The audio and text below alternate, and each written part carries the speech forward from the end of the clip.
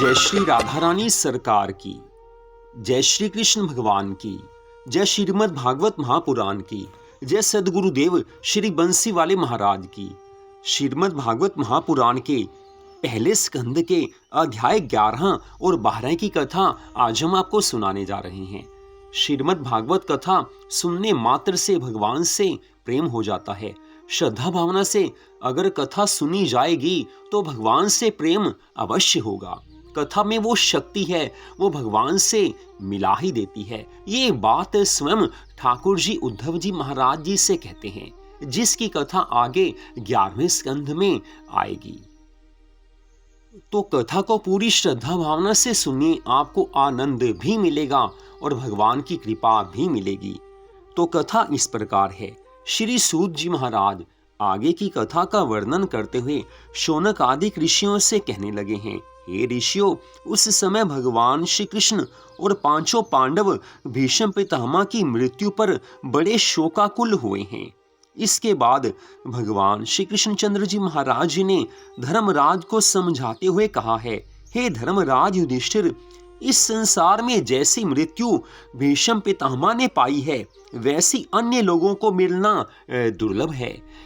हे धर्मराज, संसार में जिसने जन्म लिया है वह एक दिन अवश्य ही मृत्यु को प्राप्त होगा। ऐसा विचार कर भीष्म पितामह की मृत्यु पर शोक नहीं करना चाहिए।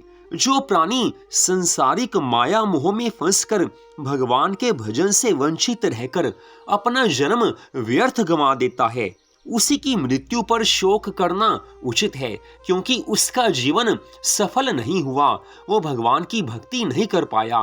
तो ऐसे प्राणी की मृत्यु पर शोक करना फिर भी उचित है। लेकिन जिस मनुष्य ने अपना सारा जीवन भगवान के भजन में लगा दिया है, जो भगवान से प्रेम करता है, ऐसे मनुष्य की मृत्यु पर शोक करना उचित नहीं है।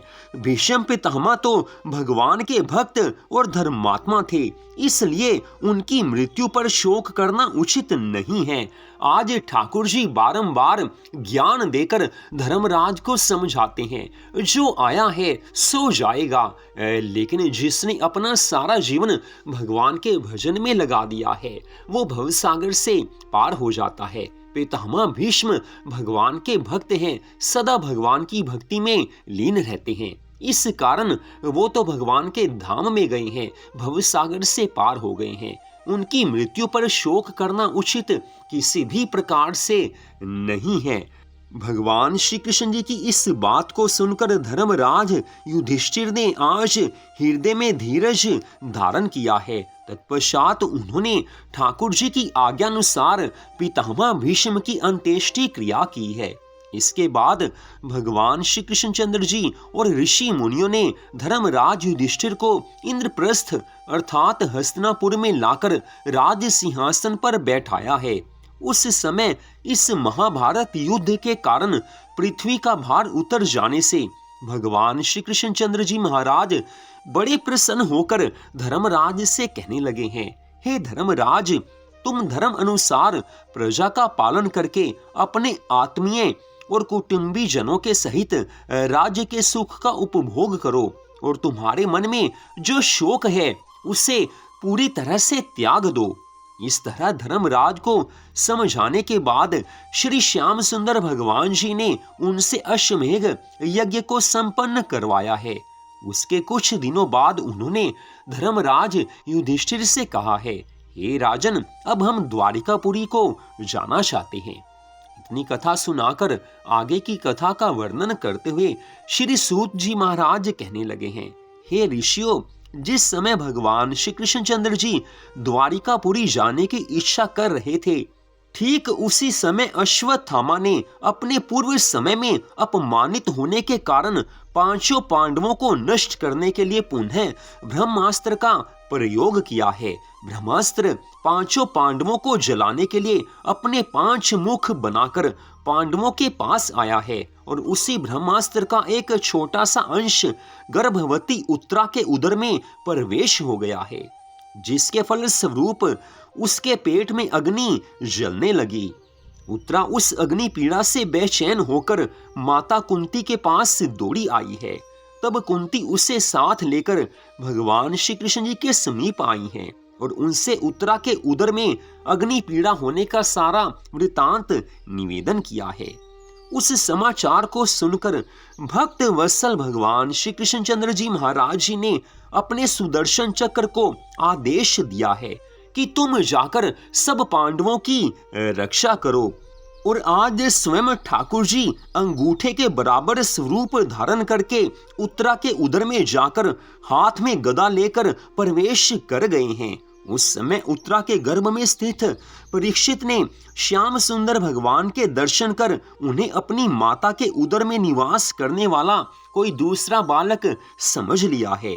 उधर सुदर्शन चक्र द्वारा रक्षा करने के कारण अश्वत्थामा का छोड़ा हुआ 5 मुख वाला ब्रह्मास्त्र पांडवों का कुछ नहीं बिगाड़ सका। जिसकी रक्षा ठाकुर जी करते हैं उसका कोई बाल भी बांका नहीं कर सकता है।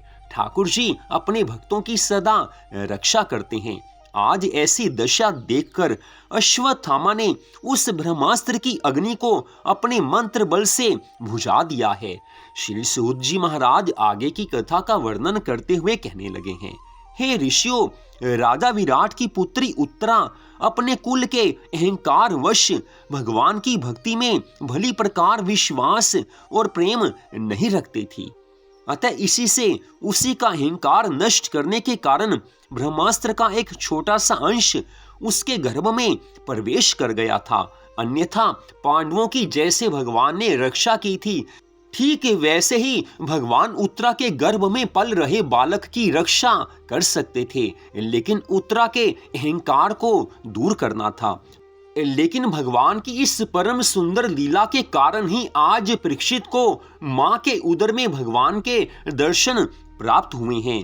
तत्पश्चात कुंती द्वारा स्तुति करने पर भगवान श्री कृष्ण जी महाराज जी ने उसकी रक्षा की थी। अस्तु जिस समय भगवान श्री कृष्णचंद्र जी महाराज द्वारिकापुरी को चलने लगे, उस समय कुंती और द्रौपदी सहित 5 पांडव उनके आगे हाथ जोड़कर खड़े हो गए हैं। सब कहने लगे हैं, हे प्रभु, हे दीनों के नाथ, हे दीन दयालु, आपके जाने से हम सबको बड़ा कष्ट हो रहा है। अब यहाँ हम लोगों की रक्षा कौन करेगा?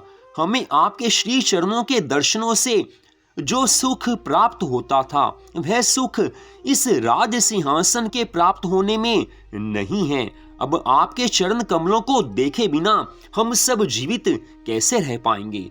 कुंती महारानी कहने लगी हैं, हे प्रभु, अब तक मैं आपको अपना भतीजा ही समझती थी, इसलिए आपकी महिमा को नहीं जान सकी। परंतु अब मुझे पूर्ण विश्वास हो गया है कि आप साक्षात ज्योति स्वरूप भगवान के ही अवतार हैं और संसार के उत्पत्ति, पालन और संहार करता हैं।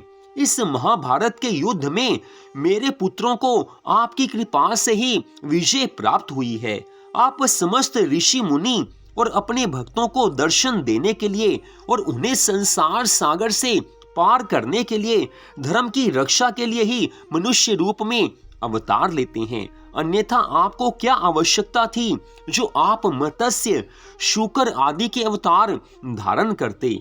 आपने वसुदेव देवकी के यहाँ जन्म लेकर उन्हें बंधन से मुक्त किया और मेरे पुत्रों पर जब जब कोई भी विपत्ति आई तब तब आपने अपनी कृपा से हम सब लोगों के कष्टों को दूर किया है। हे प्रभु, आपकी महिमा का गुणगान कहाँ तक करूं? हर क्षण आपने हमारी रक्षा की है। मुझे ऐसा मालूम पड़ता है कि आप इस राज्य को दे जाने के पश्चात हम लोगों को भूल जाएंगे। इसलिए हे प्रभु, मैं कहती हूँ कि मुझे राज्य की अभिलाषा नहीं है। जहाँ आपका दर्शन ना मिले वह सुख और राज्य किस काम का है? मुझे राज्य, वैभव, सुख, संपत्ति नहीं चाहिए। मुझे तो हर क्षण आपके दर्शन करने हैं। हे प्रभु, धन प्राप्ति से, राज्य प्राप्ति से तो अहंकार बढ़ जाता है। उस समय मनुष्य से आपका भजन नहीं होने पाता। यही कारण है कि आप दीनों पर अत्यंत दया करते हैं। मनुष्य के लिए तो वही कर्म करना श्रेष्ठ है जिसमें आपकी याद बनी रहे।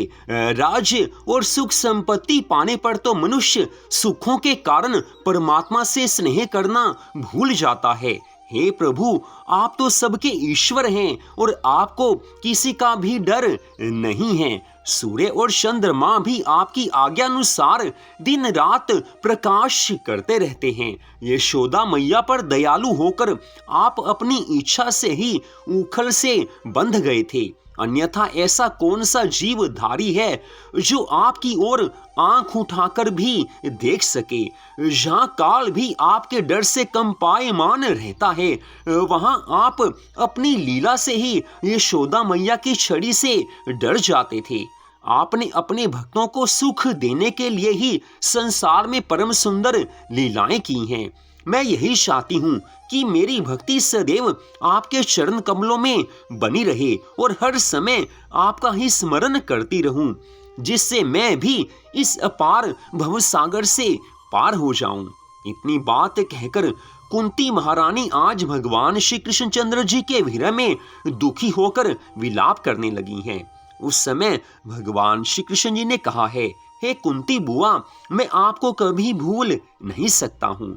मुझे द्वारिकापुरी से आए बहुत दिन बीत चुके हैं, अतः अब वहां जाकर सब लोगों को देखना है और मेरे सखा सात्यकी तथा उद्धव आदि को भी अब घर चलने की विशेष इच्छा है। भगवान श्री मुरली मनोहर महाराज जी के ऐसे वचन सुनकर धर्मराज युधिष्ठिर ने अर्जुन से कहा है कि हे भ्राता, तुम अपने दल और शूरवीरों के सहित भगवान श्री कृष्णचंद्र जी महाराज को द्वारिकापुरी तक छोड़ आओ, क्योंकि इस महाभारत के युद्ध के कारण अनेकों लोग अकारण ही हमें शत्रु समझने लगे हैं। अतः कहीं ऐसा ना हो कि मार्ग में कोई दुश्मन श्री कृष्ण जी को हमारा हितैषी समझकर कोई उपद्रव मचा बैठे। धर्मराज युधिष्ठिर की आज्ञा के अनुसार आज अर्जुन ने भगवान श्री कृष्णचंद्र जी के साथ द्वारिका जाने का सारा साज सजा लिया है। जिस समय आनंद कंद भगवान श्री कृष्ण जी सब लोगों से विदा होकर रथ में विराजमान होकर चले, उस समय धर्मराज के सहित सारे नगर निवासी त्रिलोकी नाथ भगवान श्री कृष्ण जी के विरह में दुखी होकर आंखों से आंसू बहाते हुए उनके रथ के पीछे दौड़ने लगे हैं। उस समय नगर की स्त्रियां आपस में कहती थी कि ब्रज की उन गोपियों के धन्य भाग्य हैं जो भगवान श्री कृष्ण जी के साथ रास लीला करके अपने जन्म को सफल बनाती थी। उन रुक्मणी आदि 16,108 रानियों के भी बड़े अहोभाग्य हैं जिनको श्याम सुंदर जैसे पति मिले हैं। हस्तिनापुर की स्त्रियां इस प्रकार आपस में बहुत सी बातें करके भगवान श्री कृष्ण जी के ऊपर पुष्प वर्षा करने लगी हैं। आनंद कंद भगवान श्री कृष्णचंद्र जी उनकी बातों को सुनकर और उनके हृदय के सच्चे प्रेम को जानकर अपनी बांकी चितवन से उनको निहारते हुए चले जा रहे हैं। सबको आनंद भी मिल रहा है, लेकिन सबकी आंखों से आंसू भी बह रहे हैं। आनंद इस कारण कि प्रभु सबको निहारते हैं, प्रभु सबकी नजरों से अपनी नजरें मिलाते हैं, सब आनंद मग्न हैं। लेकिन दुख इस कारण हो रहा है कि प्रभु से विरह हो रहा है, ठाकुर जी जाने लगे हैं, इस कारण सबकी आंखों से आंसू बहने लगे हैं। आनंद कंद भगवान श्री कृष्ण जी महाराज आज हस्तिनापुर से जा रहे हैं। ये देखकर, ये सोचकर कि प्रभु के बिना हम जीवित कैसे रह पाएंगे, हमारा जीवन कैसे कटेगा, सब रो रहे हैं। उस दिन हस्तिनापुर वासियों को सच्चिदानंद प्रभु भगवान श्री कृष्ण जी के विरह से जो दुख हुआ है उसका वर्णन कोई कर नहीं सकता है।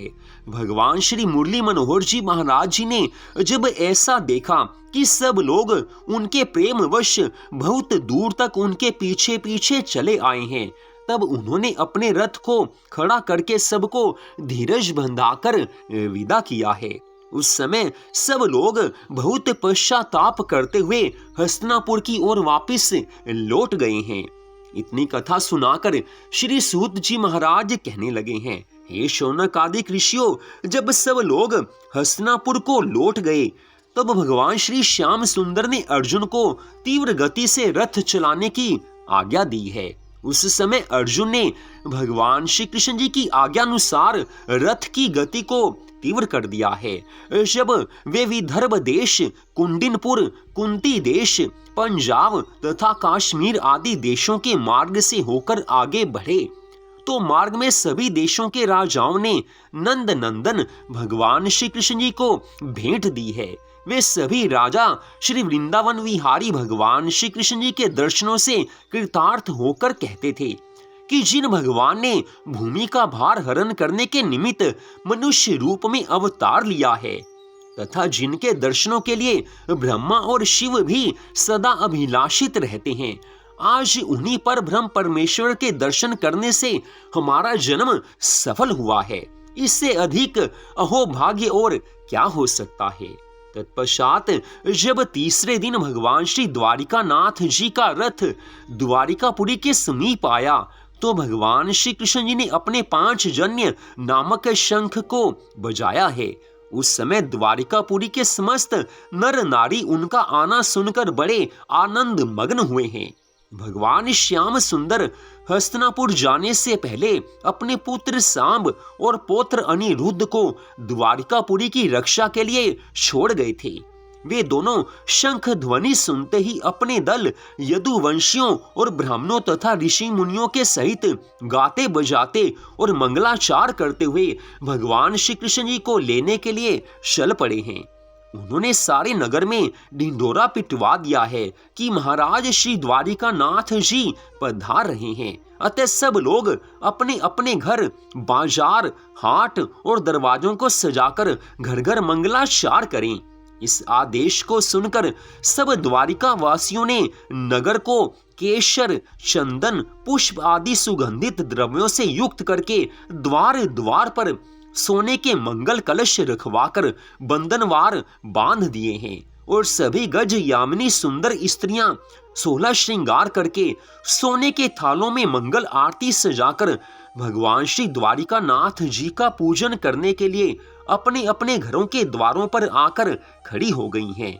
सबको प्रभु के दर्शन की ऐसी लालसा है कि एक क्षण भी अब उन्हें चैन नहीं आता है। ठाकुर जी कब दर्शन देंगे, कब आएंगे। आज सब ठाकुर जी के दर्शनों के लिए आतुर हैं। बहुत सी स्त्रियां भगवान श्री वृंदावन विहारी जी की इस मनोहर छवि के दर्शनों के लिए खिड़कियों और अटारियों पर जा बैठी हैं।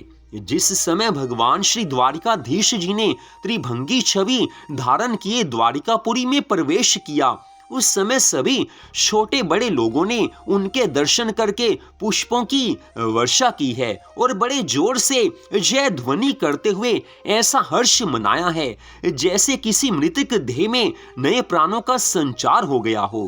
प्रभु के दर्शनों से सबको आनंद मिला है। इस आनंद का वर्णन कोई कर नहीं सकता है। तब श्री द्वारिकानाथ भगवान श्री कृष्ण जी सब लोगों से यथा योग्य दंडवत प्रणाम करके मिले हैं और सबको आशीर्वाद तथा आनंद देते हुए भगवान श्री कृष्ण जी ने अपने भवन में जाकर अपने माता पिता को साष्टांग प्रणाम किया है।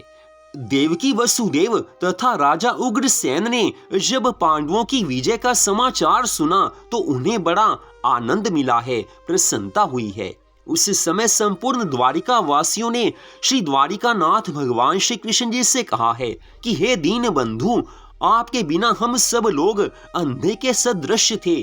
जिस प्रकार आंखें होते हुए भी अंधेरी रात में चंद्रमा के बिना कुछ दिखाई नहीं देता, वही हाल हम सब लोगों का भी था। आज द्वारिकाधीश भगवान श्री कृष्ण जी अपने महलों में आए हैं।